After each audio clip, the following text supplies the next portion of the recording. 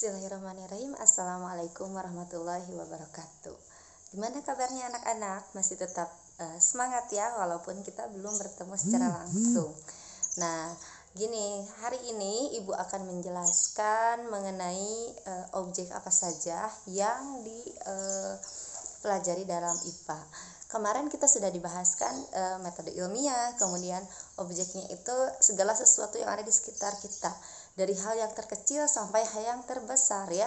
Jadi sebetulnya IPA itu kan dihususkan lagi ya, ada biologi, kimia, fisika. Nah, di biologi nanti dibahas lagi itu tumbuhan, beda lagi ya, seperti anatomi tumbuhan atau nanti anatomi hewan, beda-beda lagi ya dijelaskan. Tapi itu nanti di tingkat kalian yang jenjang pendidikan yang lebih tinggi, misalnya di SMA atau di bangku universitas. Nah, sekarang Ibu akan bahas dulu nih mengenai objek yang kita amati. Kira-kira saat kita mengamati sesuatu objek, kita itu pasti harus melakukan pengukuran ya. Kita harus menggunakan panca indera kita, penglihatan kita, penciuman kita, peraba kita ya, kemudian pendengaran kita. Nah, itu harus berkolaborasi untuk mengamati sesuatu hal atau objek yang kita amati. Jadi jangan hanya menggunakan salah satu indera saja ya. Contohnya, kalau kita ingin melihat bakteri nih, bakteri kita menggunakan alat bantu juga ya, seperti mikroskop. Nah, menggunakan mikroskop, kemudian kita menggunakan tangan kita ya, ada kulit di sini, kemudian dilihat oleh mata kita, misalkan bentuk bakterinya seperti apa, kemudian menggunakan indera penciuman kita. Kalau misalkan nanti ada air nih, air kolam misalkan, air rendaman jerami atau air kaldu ya, udah beberapa lama, itu kan udah dicium aja misalkan sudah tidak sedap ya wanginya. Nah, nanti sama kita dilihat oleh mata kita sendiri misalkan ya, menggunakan mikroskop. Berarti kita itu sedang mengamati pengamatan menggunakan panca indera kita ya, indera kita. Nah, sekarang Ibu akan membahas nih bagaimana kalian mengukur. Apa itu sih pengukuran? Jadi pengukuran itu termasuk dari bagian dari pengamatan. Jadi saat kamu akan mengamati apapun, pasti kamu melakukan pengukuran ya. Pengukuran itu umumnya setiap hari ya, setiap hari kita gunakan. Nah, kalau kamu misalkan mau pergi ke warung, misalkan pergi ke sekolah, walau dulu ya, misalkan sekarang kan masih di rumah aja ya, kamu pergi ke warung atau misalkan ke sekolah, ada jaraknya, berarti ukurnya berapa kilometer. Atau kamu menjahit baju, lingkar badannya, kemudian panjangnya, itu juga melakukan pengukuran ya, sama. Jadi pengukuran itu setiap hari kita gunakan.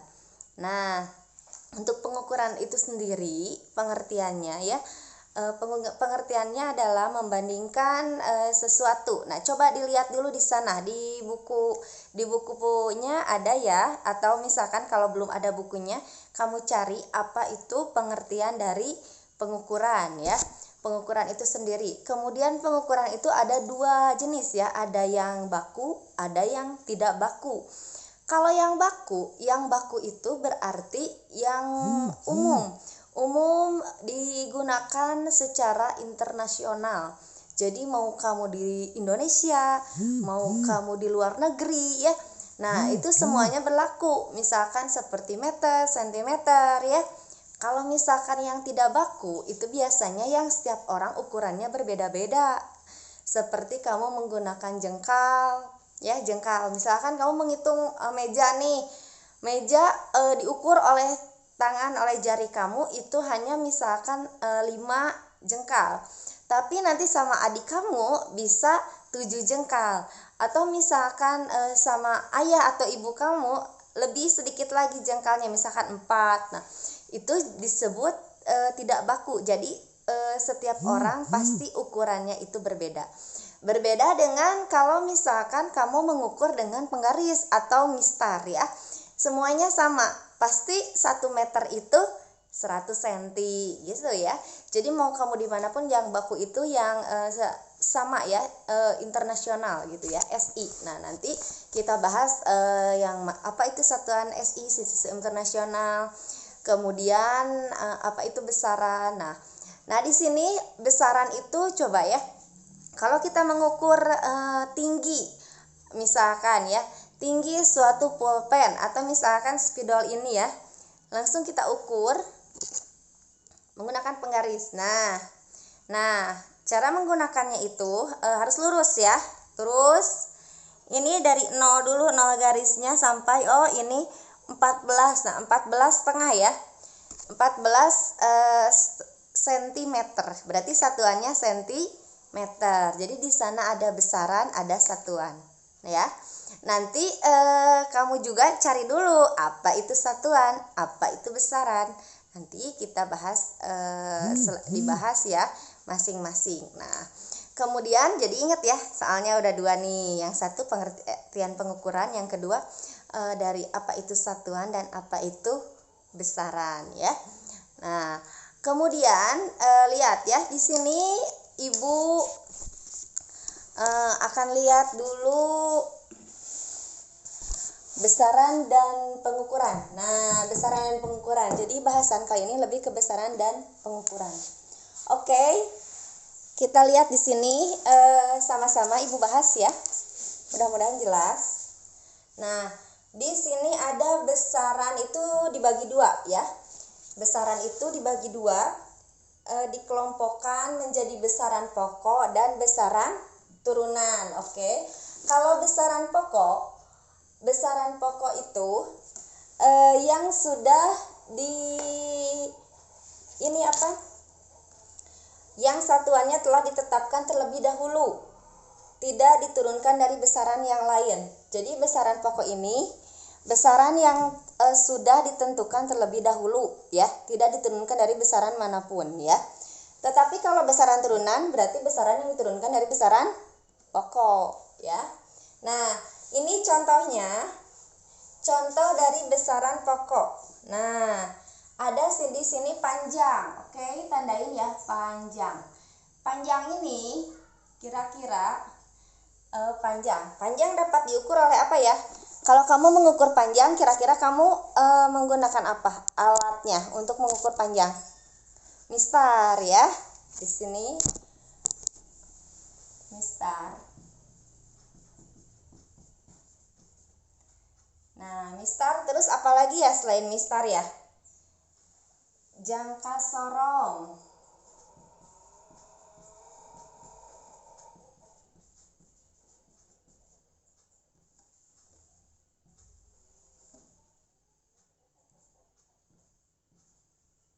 Nah, udah jangka sorong, apalagi ya kira-kira ya?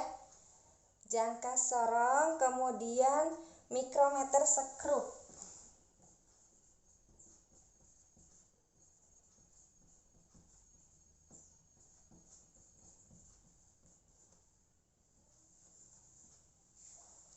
Ini untuk mengukur panjang.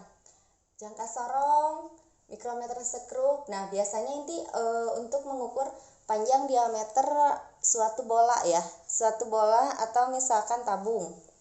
Kemudian ada massa. Nah, massa itu sering diartikan sama dengan berat ya, massa. Nah, massa ini kira-kira menggunakan apa ya? Kalau massa kamu mengukur berat menggunakan apa? Menggunakan neraca. Neraca. Nah, ini gimana keperluan ya? Neraca, jadi ada yang sudah digital ya sekarang ya, kiloan itu ya. Kemudian kalau neraca biasanya kalau ngukur berat emas ya bisa pakai neraca. Jadi neraca juga itu macam-macam. Ada yang 2 lengan, ada yang 1 lengan ya. Kemudian ada waktu. Nah, waktu ini kalau kita menghitung waktu menggunakan apa? Arloji. Nah, arloji. Satu lagi menggunakan apa? Stopwatch ya.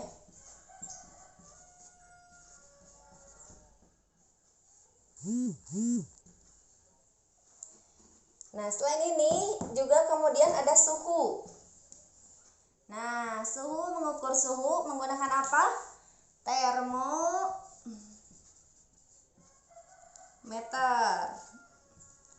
Misalkan, nah termometer juga itu ada macam-macam ya.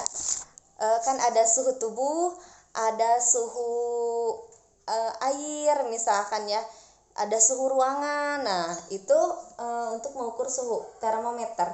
Nanti termometernya juga jenisnya beda-beda. Ada yang bahannya dari air raksa ya, ada yang bahannya dari alkohol, mempunyai kelebihan dan kekurangannya masing-masing. Nah kita bahas lagi selanjutnya, apa itu yang selanjutnya? Kuat arus listrik. Oke, kuat arus listrik menggunakan alat ukurnya itu apa? Amperemeter.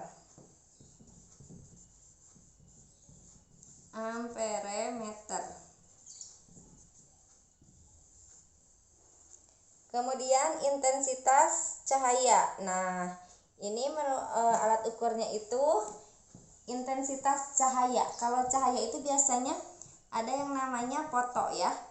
Ini menggunakan fotometer.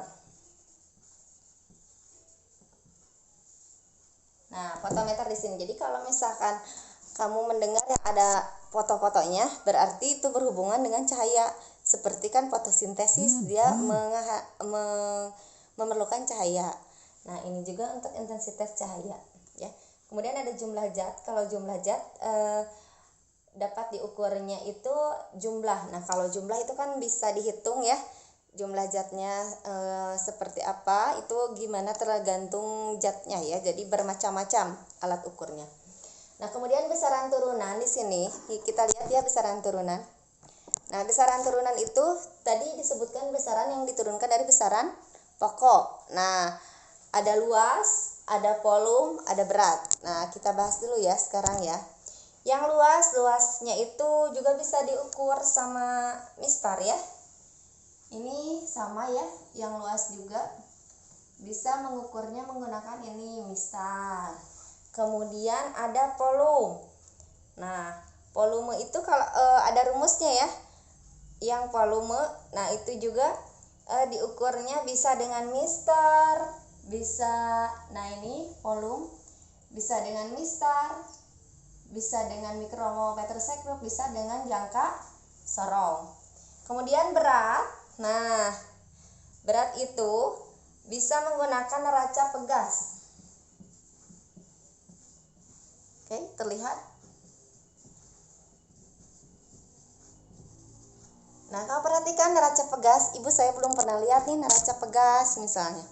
Jadi neraca pegas itu neraca, kamu suka lihat, maaf ya, misalnya ada yang jualan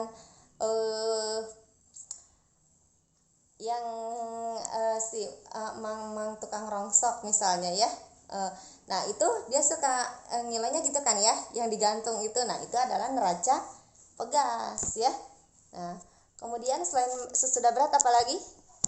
Ada massa jenis. Nah massa jenis, oke, kita lihat ke sini ya. Massa jenis itu bisa diukur dengan neraca mistar juga ya. Gelas ukur, nah itu gimana bendanya padat atau cair. Kemudian gaya juga bisa menggunakan neraca pegas atau dinamometer. Nah ini berarti sama ya, bisa oleh neraca pegas juga. Kalau massa jenis ini bisa ke sini. Nah kenapa ininya sama? Ya karena besaran turunan itu diturunkan dari besaran pokok. Oke, sampai sini ada yang ditanyakan? Ingat ya soal yang dua tadi. Nanti kita bahas. Nanti kamu mengumpulkannya di Google Classroom. Oke.